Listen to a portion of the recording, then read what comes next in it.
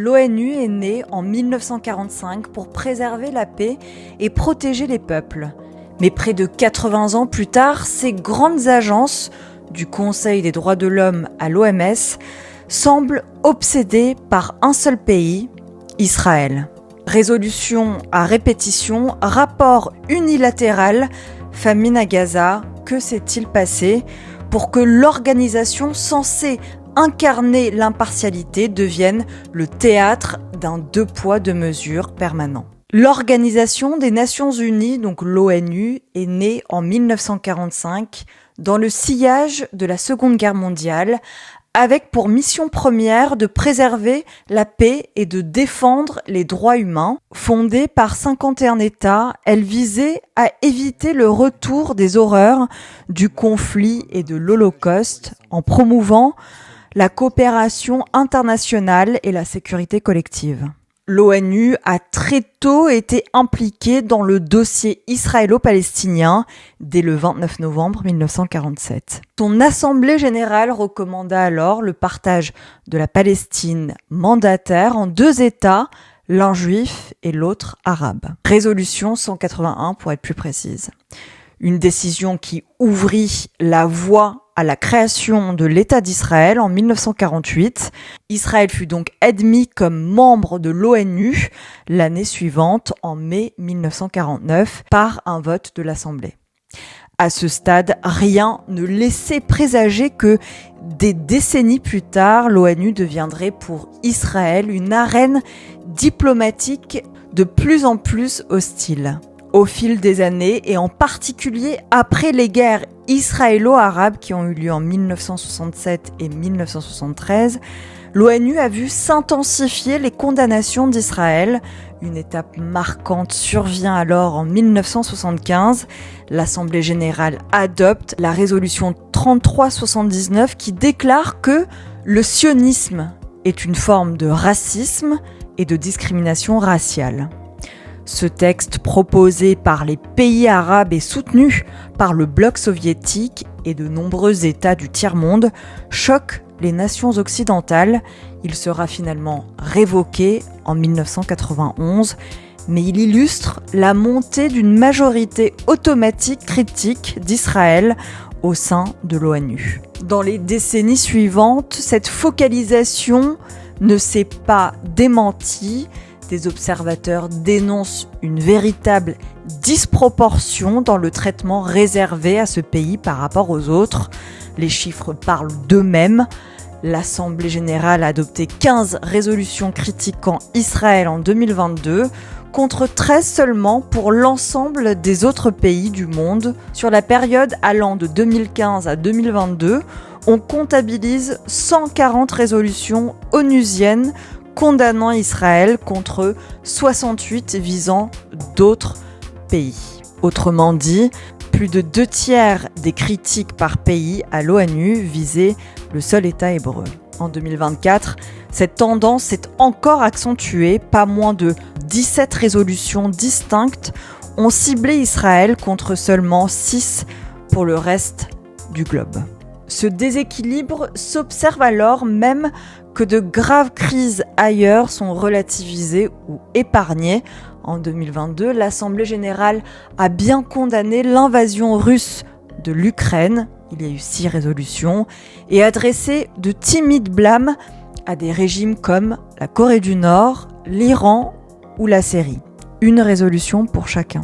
Mais l'Arabie Saoudite, la Chine, la Turquie, le Venezuela ou le Qatar, pourtant dotés de bilans désastreux en matière de droits humains ou impliqués dans des conflits régionaux, n'ont fait l'objet d'aucune résolution de blâme la même année.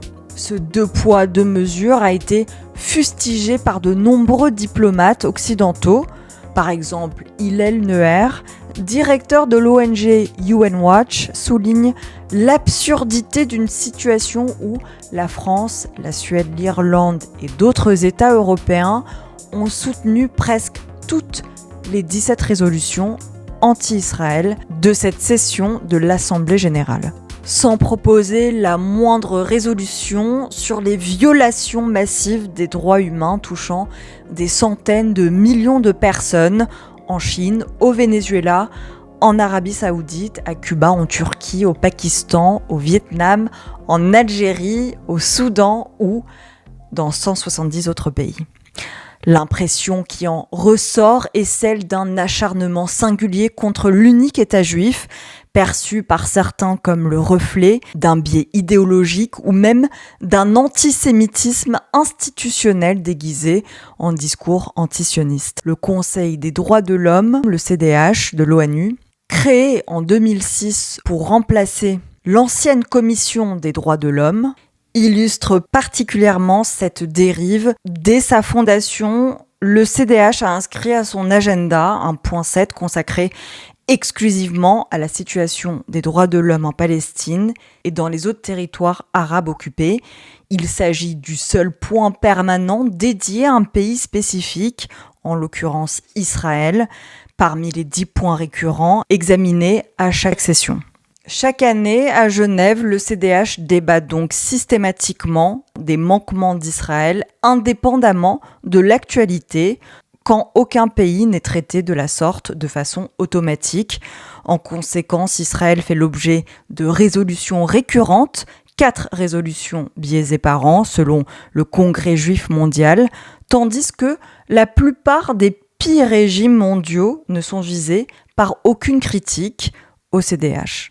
Déjà en 2013, avant les guerres récentes, Israël avait été condamné 45 fois dans des résolutions du Conseil des droits de l'homme, un record absolu. À titre de comparaison, aucune résolution du Conseil ne condamne la Chine pour la répression au Xinjiang ou à Hong Kong, ni la Turquie pour la question kurde, etc., en raison, bien sûr, du jeu d'alliance et de l'influence de ces États au sein même de l'ONU. Le CDH a aussi multiplié des commissions d'enquête et rapporteurs spéciaux focalisés sur Israël. C'est le cas de 2 enquêtes onusiennes permanentes sur le conflit israélo-palestinien, une situation donc unique dont les membres ont eux-mêmes défrayé la chronique en tenant des propos ouvertement antisémites sur les réseaux sociaux. Face à ces excès, les États-Unis, alliés donc traditionnels d'Israël, ont plusieurs fois manifesté leur désapprobation.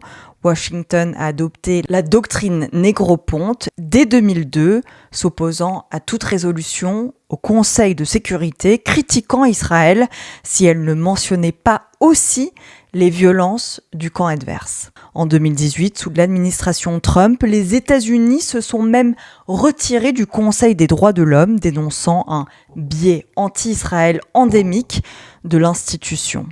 Ce parti pris ne se limite pas aux organes politiques de l'ONU, il a pénétré des agences spécialisées censées être apolitiques également, telles que l'Organisation mondiale de la santé, donc l'OMS ou l'UNESCO. En mai 2021, en pleine pandémie du Covid-19, l'Assemblée mondiale de la santé, organe décisionnel de l'OMS, a consacré un débat spécial à la critique d'Israël, dans ce qui fut la seule discussion visant un pays en particulier durant toute la session annuelle, largement dédiée au coronavirus. L'OMS a examiné une résolution accusant Israël de violer les droits sanitaires des Palestiniens. Pas moins de 25 délégations sont montées au créneau pour fustiger Israël, l'initiative provenant de l'autorité palestinienne appuyée par des pays comme Cuba, le Pakistan, le Venezuela, la Syrie ou l'Égypte. Cette résolution a été largement adoptée, 82 voix pour, 14 contre, engageant l'OMS à produire un rapport et à remettre le sujet à l'ordre du jour l'année suivante. L'ONG UN Watch a dénoncé la politisation cynique de la plus haute instance sanitaire mondiale au détriment des priorités vitales de santé publique.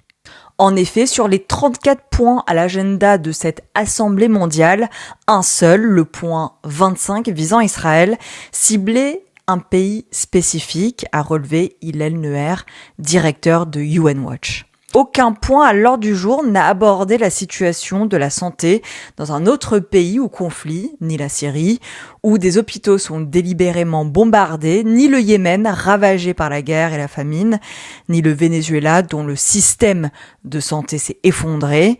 Autrement dit, seul Israël a été visé par une enquête sanitaire internationale en dépit de crises médicales bien plus graves ailleurs. L'UNESCO, donc l'Organisation des Nations Unies pour l'éducation, la science et la culture, n'a pas été épargnée par cette politisation. En octobre 2016, son conseil exécutif adopte une résolution controversée sur Jérusalem-Est qui passe sous silence les liens historiques du peuple juif avec ces lieux saints. Le texte proposé par des pays arabes ne désigne le site du temple de Jérusalem que par son nom musulman, Haram al-Sharif, ignorant la terminologie juive du mont du temple. Israël condamne vivement la négation des liens historiques entre les Juifs et le mont du temple, contenu dans cette résolution. Ce vote de l'UNESCO provoque un tollé dans le monde occidental. La France elle-même, qui l'avait initialement soutenu, exprime des regrets face à la formulation biaisée. L'affaire contribue à ternir l'image de l'UNESCO, déjà accusée de partialité après l'admission de la Palestine en son sein dès 2011. En 2017, les États-Unis et Israël décideront de quitter l'UNESCO, la qualifiant de creuset de parti pris anti-Israël et dénonçant la politisation excessive d'une agence censée protéger le patrimoine, pas alimenter les conflits. Notons bien sûr que les deux pays ont annoncé leur retour à l'UNESCO avant de se retirer à nouveau en 2025. Enfin, même l'Organisation mondiale de la propriété intellectuelle, l'OMPI, a connu un incident révélateur en 2015. Sous pression de certains États membres, elle avait bloqué l'inscription d'une conférence portant sur l'innovation israélienne, perçue comme trop positive envers Israël. Ce n'est qu'après un scandale que l'événement a pu se tenir. Ces exemples soulignent comment l'obsession anti-israélienne a essaimé au sein d'institutions techniques internationales y introduisant des considérations politiques étrangères à leur mandat initial. La guerre déclenchée le 7 octobre 2023 par l'attaque terroriste du Hamas et la riposte d'Israël dans la bande de Gaza a encore exacerbé des dynamiques onusiennes.